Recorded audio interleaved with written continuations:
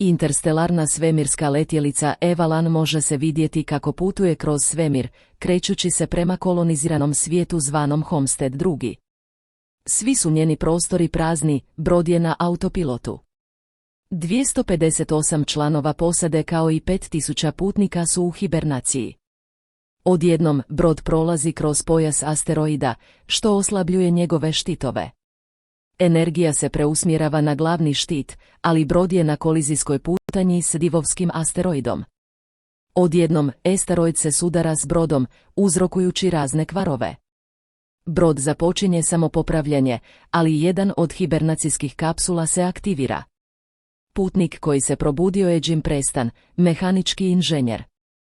Njegova kapsula se otvara i automatizirani sustav pomaže mu pri buđenju, govoreći mu da je proveo 120 godina u suspendiranoj animaciji i da je brod udaljen samo 4 mjeseca od Homestead II. Govore mu da će to vrijeme moći provesti uživajući u luksuznim aspektima broda. Jim prima upute o svojoj ID narukvici, svojoj kabini i glavnim aktivnostima koje će morati obavljati prije dolaska na planet. Uzbuđen i nervozan zbog susreta s ljudima na brodu, sprema se, napušta svoju kabinu i odlazi u automatizirani razred namijenjen cijeloj grupi za učenje. Jim izgleda malo tjeskobno dok Hologram objašnjava situaciju na zemlji, nazivajući je prenaseljenom, preskupom i precijenjenom. Kaže mu da zadrži pitanja do kraja lekcije, ali Jim neprestano pita zašto je on jedini tamo. Shvaća da Hologram ne može odgovoriti na njegova pitanja i odlazi tražiti druge ljude. Stiže do glavne dvorane broda.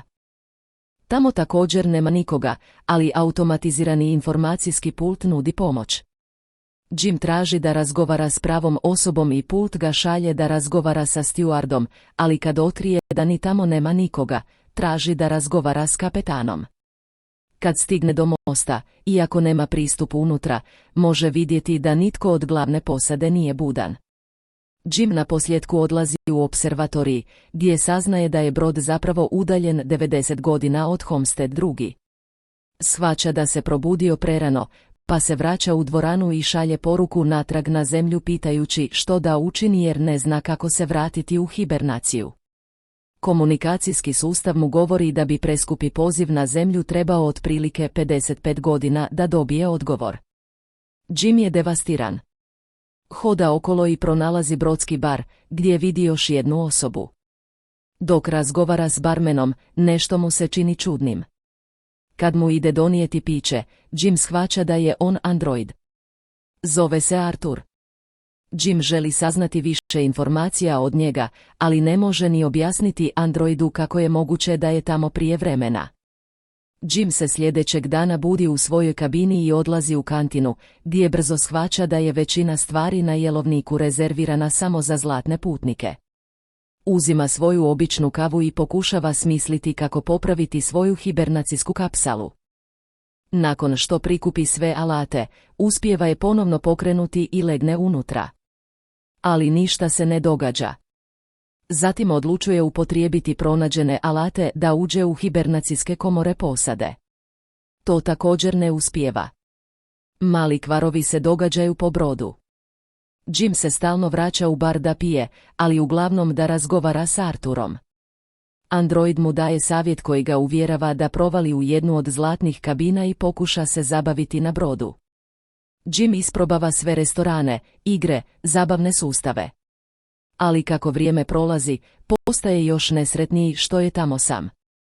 Jednog dana, napije se i luta oko hibernacijskih kapsula, kada naleti na zračnu komoru sa svemirskim odjelima namijenjenim za svemirske šetnje. Jim oblači odijelo i odlazi do zračne komore, povlači polugu i zatim gumb za otpuštanje vrata zračne komore. Jednom izvan broda očaran je pogledom. On je jedini svjesni čovjek koji doživljava taj trenutak. Jim isključuje magnete na svojim čizmama i lebdi u svemiru, osjećajući se devastirano. Vraća se unutra, skida odijelo, ali se vraća u zračnu komoru bez njega. Povlači polugu, spreman sve okončati, ali se u zadnjem trenutku predomišlja, treći unutra i posklizne se na bocu. Jim ustaje i odmah je privučen ženom u jednoj od kapsula, po imenu Aurora. Pretražuje njezine datoteke u direktoriju i sluša njezin intervju za putnike, postajući zaljubljen u nju. Kasnije se vidi kako sjedi pored njezine kapsule i dalje slušajući njezine intervjue. U baru čita neka od njezinih dijela i razgovara s Arturom o njezinu pisanju. Postaje opsjednut ironijom svoje situacije, odlaskom na drugi planet za bolji život, prerano buđenje i nestizanje tamo, te pronalaženje savršene žene, samo da bude nedostupna. Jim stalno razmišlja o njoj i počinje dobivati ideju da je probudi. Razgovara o tome s androidom, ali on ne razumije dilemu. Ako je probudi zbog vlastite koristi, ostavio bi je tamo s njim, da umre na brodu. Jim se isprva odlučuje protiv toga, ali kako vrijeme prolazi, ne može to pustiti. Sve dok jednog dana ne promijeni mišljenje. Odlazi do njezine kapsule i uspijeva je aktivirati. Dok se budi i prolazi kroz isti proces kao i on se skriva i vraća u svoju sobu. Malo kasnije odlazi u glavnu dvoranu, nadajući se da će je pronaći. I tamo je ona, jednako zbunjena kao i on prije godinu dana. Jim joj kaže da su oni jedini budni i vodi je do observatorija. Zatim joj kaže da ne može doći ni do posade, ni do glavnih komandi broda. Aurora poludi i želi se vratiti u svoju kapsalu. Kad stignu do nje, Jim joj objašnjava da na brodu nema posebne opreme koja bi im pomogla da se vrate u hibernaciju, učinkovito joj govoreći da su zaglavljeni. Vraćaju se u dvoranu i on joj kaže da se treba odmoriti jer je upravo izaskala iz hibernacije. Ona mu se sažali jer je morao provesti više od godinu dana sam na brodu. Jim se vraća u bar, osjećajući kajanje zbog onoga što je učinio. Traži od Artura da ne govori Aurori da ju je on probudio. Sljedećeg dana, Aurora se budi. Odlazi natrag u dvoranu i pita automatizirani infopult o hibernacijskim kapsulama. Jim joj se pridružuje i odlaze doručkovati. Dok odlaze, infopult doživljava neku vrstu kvara. U kantini, Aurora shvaća da Jim već više od godinu dana jede isti doručak i donosi mu jedan od zlatnih jelovnika. Razgovaraju o mogućnosti popravljanja kapsula, ali, za razliku od Jima, Aurora nije spremna odustati. Pretražuje ambulantu, zatim prolazi kroz istraživačke dokumente, na kraju završava u hibernacijskim odajama posade pokušavajući otvoriti vrata. Jim primjećuje još kvarova po brodu. Neko vrijeme kasnije, Aurora se žali na svoj život na Avalonu. Piše, trči po brodu i pliva u bazenu, postajući sve svjesnija svoje situacije. Odlazi u kantinu da intervjuira Jima, misleći da bi njegova priča mogla biti zanimljiva. Pita ga zašto je emigrirao na koloniju. Jim isprva odgovara sloganima tvrtke, ali zatim dodatno objašnjava da se nada da bi na novom svijetu mogao biti netko, mogao bi izgraditi život. Kasnije, završe u observatoriju i Aurora konačno otkriva svoj razlog da bude tamo. Za razliku od ostalih putnika na brodu, ona ima povratnu kartu. Njezina ideja je bila otići na Homestead 2, živjeti tamo godinu dana i vratiti se na zemlju, kako bi postala prva novinarka koja je to ikad učinila, napisavši najveću priču ikad. Aurora polako odustaje od pronalaska načina za rješavanje njihovog trenutnog problema i Jim smišlja način da je raspoloži. Vodi je na ples, u kino i na košarkaško igralište. Na kraju je vodi u bar da upozna Artura. Ona se opušta na trenutak, dok se ne sjeti njihove situacije. Jim ostaje sam s androidom, osjećajući se užasno zbog onoga što joj je učinio.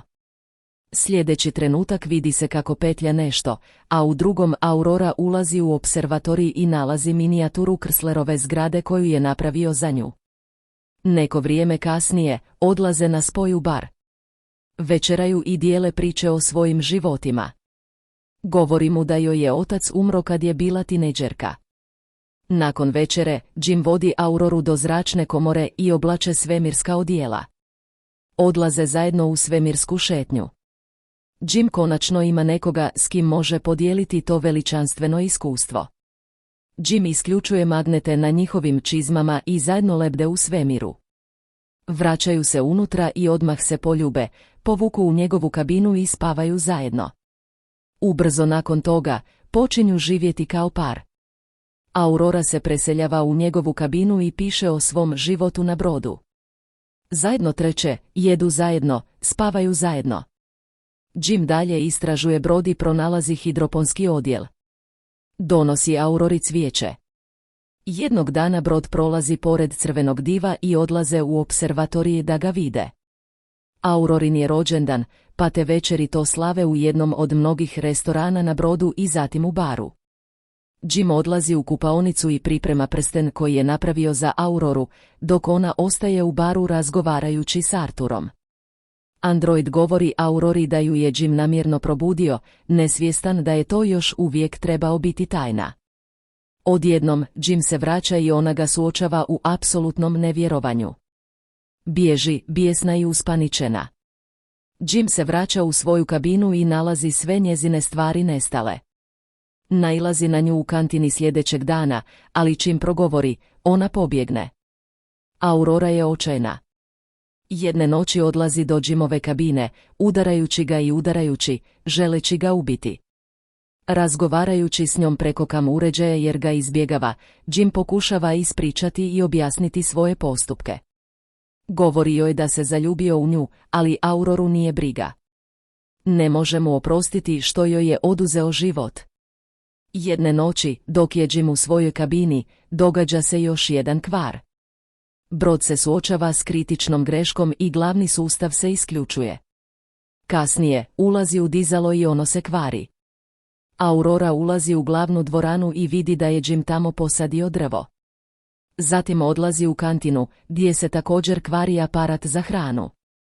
Odjednom, oboje čuju glas glavnog časnika preko komunikacije, pitajući tko je posadio drvo. Oboje treće u dvoranu i vide Gusa Mancusa kako stoji ispred Jimovog drveta. Predstavljaju se i govore glavnom časniku o situaciji. On ne razumije kako su 3 kapsule mogla otkazati. Mancuso ih vodi do mosta i otkriva da nešto nije u redu s brodom, ali informacije o sustavima treba provjeriti ručno. Kad napuste most, robot im zamalo pada na glave, a njih dvoje govore Mancusu da se kvarovi događaju po cijelom brodu češće. Kaže da se to ne bi smjelo događati, dok im pokazuje kako prikupiti podatke. Mancuso provjerava kapsule, kad mu se pridružuje Jim. Shvatio je što se dogodilo s Aurorinom kapsulom. Glavni časnik smatra da je ono što je Jim učinio strašno. Kasnije je na mostu provjeravajući prikupljene podatke, kad mu se pridruži Aurora. Razgovaraju o onome što se dogodilo s njezinom kapsulom, ali on joj kaže da ne može ništa učiniti u vezi toga. Jim ulazi s 16 pokvarenim robotom. Mancuso osjeća bolest hibernacije, pa odlazi na odmor, ali dok izlazi, iskašljava krv. Te noći, Aurora ne može spavati, pa odlazi plivati. Odjednom, dolazi do gubitka gravitacije po cijelom brodu i ona počinje tonuti dok voda iz bazena pluta zajedno s njom. Gravitacija se vraća i ona jedva uspijeva izvući živu glavu. Oboje se sreću dok traže Mancusa. Njih troje su ponovno na mostu, polako otkrivajući što se događa s brodom. Mancuso shvaća da se nešto dogodilo prije 2 godine, uništavajući glavni sustav. Moraju pronaći i popraviti uzrok kvara, jer cijeli brod pokušava nadoknaditi štetu. Ako to ne poprave, cijela će letjelica biti uništena.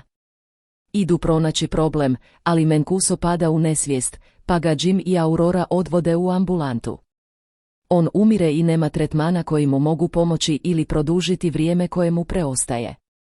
Kasnije, njih troje se sastaju u opservatoriju i Mancuso daje Jimu svoju ID narukvicu, govoreći im da poprave brod i odmah umire.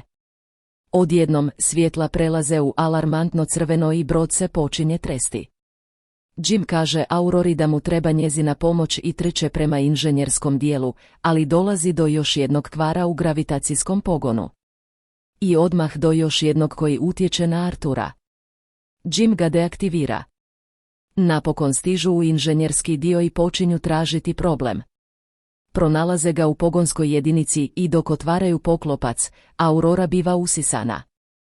Asteroid je prouzročio pukotinu u trupu u tom području. Jim također biva usisan, ali drži se za poklopac dok se zatvara. Napokon i on biva usisan, ali brzo uspijevaju zapečatiti pukotinu. Odmah nakon popravljanja tog problema, Jim shvaća da postoji više pukotina u trupu. Njih dvoje prate putanju meteora i otkrivaju da je udario u računalnu kontrolu reaktora. Jim misli da može pronaći zamjenske dijelove za to. Pronalaze dio i mijenjaju ga, ali proces ventilacije reaktora i dalje ne uspijeva. Pokušavaju ručno, ali opet ne uspijeva. Jim shvaća da mora ručno otvoriti vrata ventilacije s vanjske strane broda kako bi ohladio reaktor.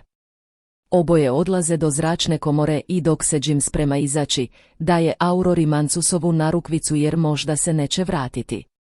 Ona mu pomaže s odjelom i dok ulazi u zračnu komoru, govori mu da se mora vratiti jer ne može živjeti na brodu bez njega. Aurora se vraća do reaktora, gdje je temperatura dostigla kritičnu razinu. Vijak iz reaktora udara je u ruku dok se Jim približava ventilacijskim vratima izvana i vidi vrata. Temperatura raste u reaktorskoj sobi dok on pokušava zaobići vrata ventilacije da ih otvori. Ubrzo shvaća da će morati ručno držati vrata otvorenima kako bi reaktor mogao ventilirati i govori to Aurori.